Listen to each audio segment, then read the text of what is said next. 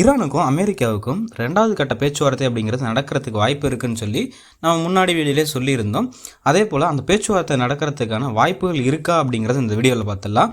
இது இல்லாமல் இஸ்ரேலுக்கு இப்போ நிறைய அழுத்தங்கள் அப்படிங்கிறது நிறைய நாடுகள்ல இருந்தும் சரி, ஒரு சில முக்கியமான நபர்கள்ட்ட இருந்தும் வருது. அது என்ன அப்படிங்கிறதையும் பார்க்கலாம். இது இல்லாமல் ட்ரம்ப் ஈரானை பற்றி என்ன சொல்லியிருக்காரு, அவர் எப்போதும் ஏதாவது சொல்லிக்கிட்டு தானே இருப்பாருன்னு கேட்டிங்கன்னா ஒரு சில தகவல் அப்படிங்கிறது இருக்குது. அதெல்லாம் நம்ம இந்த வீடியோவில் பார்த்துடலாம். ரொம்ப எளிமையாக தான் இருக்கும், பார்த்து தெரிஞ்சுக்கோங்க. இது போன்ற செய்திகளை உங்களுக்கு முக்கிய தகவலாக ஒவ்வொரு இரவும் நம்ம சேனலில் எடுத்து வந்து கொடுத்துக்கிட்டு இருக்கிறேன். ஸோ மறக்காமல் சேனலை சப்ஸ்கிரைப் பண்ணிக்கோங்க. இது இல்லாமல் ஃபேஸ்புக்காக இருந்தால் ஃபாலோ பண்ணிக்கோங்க. வீடியோக்கு மறக்காமல் லைக் பண்ணிடுங்க. ட்ரம்ப் ஈரான் கூட அமெரிக்கா இன்னும் 2 நாட்களில் பேச்சுவார்த்தை நடத்தும் அப்படிங்கிற போல சொல்லியிருக்காரு. அதை உறுதிப்படுத்தும் வகையில் அமெரிக்காவும் ஈரானும் பாகிஸ்தான் மூலமா அவங்க தலைமையில் பேச்சுவார்த்தை அப்படிங்கிறது நடந்துகிட்டு இருக்கு. தொலைபேசியிலேயே நேரடியாக பேசலை, நேரடியாக முதல் கட்ட பேச்சுவார்த்தை நடந்தது.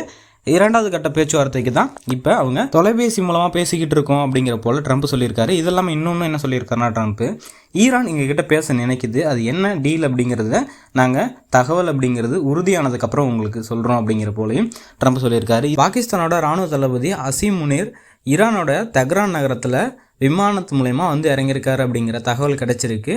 இவர் ஏன் அங்கே போயிருக்காரு அப்படின்னா, ஈரானுக்கு, அதாவது அமெரிக்காவோட தூதர் போல் தான் இப்போ அவர் செயல்படுறாரு. அதாவது பாகிஸ்தானே அப்படி தான் செயல்படுது அப்படிங்கிறத நம்ம சொல்லிடலாம்.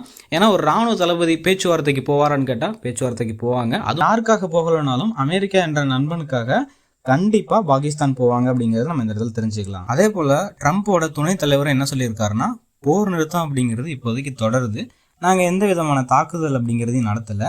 ஆனால் ஈரான் உலக பொருளாதாரத்தில் ஒரு செழிப்பாக இருக்கணும், ஒரு நல்ல லெவலுக்கு வரணும் அப்படின்னா நாங்கள் சொல்கிறத கேட்டே ஆகணும். அதுக்கு அணு ஆயுதம் அப்படிங்கிற திட்டத்துக்கு அவங்க போகவே கூடாது அப்படிங்கிறத துணைத் தலைவர் ஜாடி வான் சொல்லியிருக்காரு. இது இல்லாமல் இஸ்ரேலுக்கு மற்ற நாடுகள்லேருந்து அழுத்தம் வருது அப்படிங்கிற போல சொல்லியிருந்தோம் இல்லையா, அது கொஞ்சம் கொஞ்சமாக அதிகரிக்குது. இதெல்லாம் முக்கியமான ஒரு இடத்துலேருந்து தகவல் வந்திருக்கு. ஐநாவோட மனித உரிமைகள் பேரவைகிட்ட இருந்து ஒரு தகவல் வந்திருக்கு. என்னன்னா, இஸ்ரேலுக்கு இதுக்கப்புறம் பெரிய பெரிய ஆயுதங்கள் யாரும் தராதிங்க, அவங்க கிட்ட நிறைய ஆயுதங்கள் கண்ணாப்பின்னான்னு இருக்கவும் தான் மனிதர்கள் மேலே தாக்குதல் நடத்துறது உரிமைகளை மீறுறது அப்படிங்கிற போல ஐநா சொல்லியிருக்கு. இதனால தான் இவங்களுக்கு முக்கியமான அழுத்தம் அப்படிங்கிறது கிடைச்சிருக்கு. இதனாலவே இஸ்ரேல் அவங்களுடைய முக்கியமான கூட்டம் அப்படிங்கிறத இன்றைக்கி கூட்டுறாங்க. அதாவது லெபனான் மேலே தாக்குதல் நடத்தலாமா வேணாமா அப்படிங்கிற போல் அந்த தகவல் கிடைச்சதும் நம்ம சேனலில் நான் உங்களுக்கு அப்டேட் கொடுப்பேன், பார்த்து தெரிஞ்சுக்கோங்க. இப்போ ட்ரம்ப்போட தகவல் நம்ம பார்த்துடலாம். ட்ரம்ப்புக்கும் இப்போ நீங்கள் ஸ்க்ரீனில் பார்க்க போகிறது போப் லியோ அப்படிங்கிறவர், இவருக்கும் பார்த்தீங்கன்னா பேச்சு தகராறு அப்படிங்கிறது நடந்துக்கிட்டு இருந்துச்சு. இந்த பேச்சு தகராறில் 2 பேரும் மாற்றி மாற்றி விமர்சனம் அப்படிங்கிறது பண்ணிக்கிட்டாங்க. போப் லியோ என்ன சொன்னார்னா, நீங்கள் ஈரான் மேலே தாக்குதல் நடத்துறது கொஞ்சம் கூட சரியில்லை அப்படிங்கிற போல், அதை சொல்கிறதுக்கு நீங்கள் யார், நாங்கள் என்ன வேணால் பண்ணுவோம் அப்படிங்கிற போல் ட்ரம்ப் சொல்லவும், இப்போ ட்ரம்ப் அதுக்கு ஒரு பதில் என்ன கொடுத்துருக்காருன்னா, போப் லியோவுக்கும் ஈரானுக்கும், ஈரானில் நடந்த போராட்டங்களில் 42,000 பேரை ஈரான் அரசாங்கம் கொண்டிருக்கு. இதுக்கு எப்படி, என்ன ரீசன், என்ன அவங்க சொல்ல முடியும். இதனால் ட்ரம்ப் ஈரான் அணு ஆயுத குண்டுகள் தயாரிக்கிறத நாங்கள் அனுமதிக்கவே முடியாது, அது நடக்கவும் நடக்காது, அப்படி அது தொடர்ந்து பண்ணுச்சுன்னா இந்த தாக்குதல், இந்த நிகழ்வுகள்லாம் தொடர்ந்து இருந்துக்கிட்டே தான் இருக்குமே, இதுக்கு ஒரு முடிவு இருக்காது அப்படிங்கிற போலையும் சொல்லியிருக்காரு. இது எந்த வகையில் போய் முடியுது அப்படிங்கிறத நம்ம பார்க்கணும். இதெல்லாமல் அமெரிக்க நிதி அமைச்சர் ஸ்காட் பெசன்ட் என்ன சொல்லியிருக்காருன்னா, சைனா இனிமேல் ஈரான் கிட்ட ஆயில் வாங்க முடியாது அப்படிங்கிற போல் சொல்லியிருக்காரு. உங்களுக்கு தெரியும் இல்லையா, அதாவது இது போல் ஒரு நாடை வந்து அமெரிக்காவில் இருக்கவங்க மிரட்டுறாங்கன்னா என்ன பண்ணுவாங்க, அதாவது அவங்க வச்சுருக்கக்கூடிய சொத்துக்களாக இருக்கட்டும், இல்லை அவங்களுக்கு அமெரிக்காவில் இருக்கக்கூடிய ஒரு சில தகவல்களாக இருக்கட்டும், இதெல்லாம் வந்து தடை பண்ணுவாங்க. இதனால் அந்த நாடுகளுக்கு பிரச்சனை அப்படிங்கிறது அதிகரிக்கும். இதனாலவே சரிடா இவன் இப்படி சொல்கிறானா, அவங்க கூட அட்ஜஸ்ட் பண்ணி போயிடுவோம் அப்படிங்கிற போல போவாங்க. அது இதுக்கப்புறம் சைனா இதுக்கு என்ன சொல்ல போகிறாங்க, என்ன நடக்குது அப்படிங்கிறத நான் உங்களுக்கு திரும்ப சொல்கிறேன். இது சீனாவோட அதிபர் ஜிபிங் என்ன சொல்லியிருக்காருன்னா, நாங்கள் ஈரானுக்கு ஆயுதங்கள் தரப்போகிறதில்லை அப்படிங்கிற போல் சொல்லிட்டாரு. அது இதுக்கு முன்னாடி ஒரு ரகசிய தகவல் அப்படிங்கிறது அமெரிக்காவுக்கு கிடச்சிருந்தது, சைனா ஈரானுக்கு ஆயுதம் தர போகிறாங்க அப்படின்னு சொல்லிட்டு.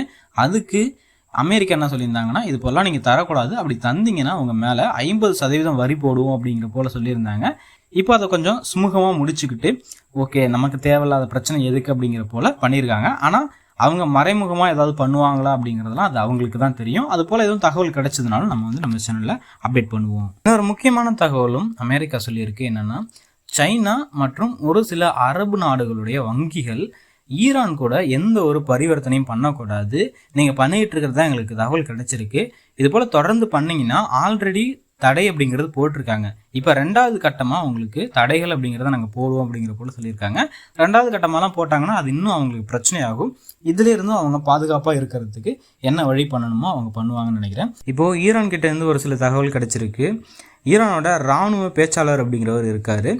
அவர் என்ன சொல்லியிருக்காருன்னா, ஸ்ட்ரைட் ஆஃப் ஹார்மோஸ் பகுதியில் தொடர்ந்து நீங்கள் இது போல் எங்களுக்கு தொல்லை கொடுத்துக்கிட்டு இருந்தால் ரெட் சி இந்த மேப்பில் பாருங்கள், அதாவது ஸ்ட்ரைட் ஆஃப் ஹார்மோஸ் பகுதிக்கு அந்தாண்ட இருக்கும், அதில் நாங்கள் பாதிப்பை ஏற்படுத்துவோம் அப்படிங்கிற போல், அதாவது தாக்குதல் நடத்துறதுக்கான வாய்ப்பு அப்படிங்கிறது அந்த ரெட் சி பகுதியிலேருந்து வந்தால் நம்ம அரேபியன் பகுதி, இது இல்லாமல் அந்த கல்ஃப் ஆஃப் ஒமன் இந்த பகுதிகளில் அந்த கப்பல்கள் வெளியில் வரணும்.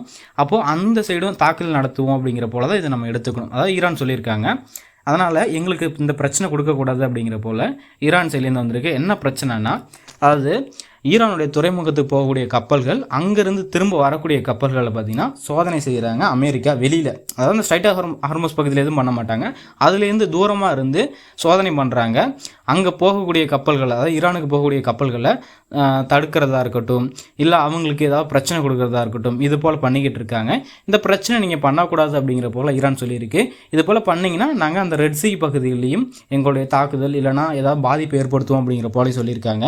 இது இல்லாமல் ஈரான் நீங்கள் இது போல் எங்களுக்கு பிரச்சனை கொடுத்தாலுமே எங்களுக்கு எந்த பிரச்சனையும் இல்லை, நாங்கள் ரஷ்யா, சைனா இதெல்லாமல் சென்ட்ரல் ஏசியா பகுதியிலிருந்து எங்களுடைய போக்குவரத்து அப்படிங்கிறத நாங்கள் மேம்படுத்திப்போம். அதாவது இப்போ ஈரானுக்கு வரக்கூடிய கப்பல்களை அமெரிக்கா தடுக்கும்போது ஈரான் என்ன சொல்கிறாங்கன்னா, நீங்கள் எங்களுடைய கப்பல்களை தடுத்தாலுமே எங்களுக்கு நாங்கள் சொன்ன முக்கியமான பகுதிகளில் இருந்து எங்களுக்கு ரயில் பாதை மூலமாகவோ அப்படி இல்லைனா சாலைகள் மூலமாகவோ எங்களுக்கு எங்களுடைய பொருட்கள் அப்படிங்கிறது வந்து சேரும், எங்களுக்கு எந்த பிரச்சனையும் இல்லை அப்படிங்கிற போலையும் தெளிவாக சொல்லிட்டாங்க.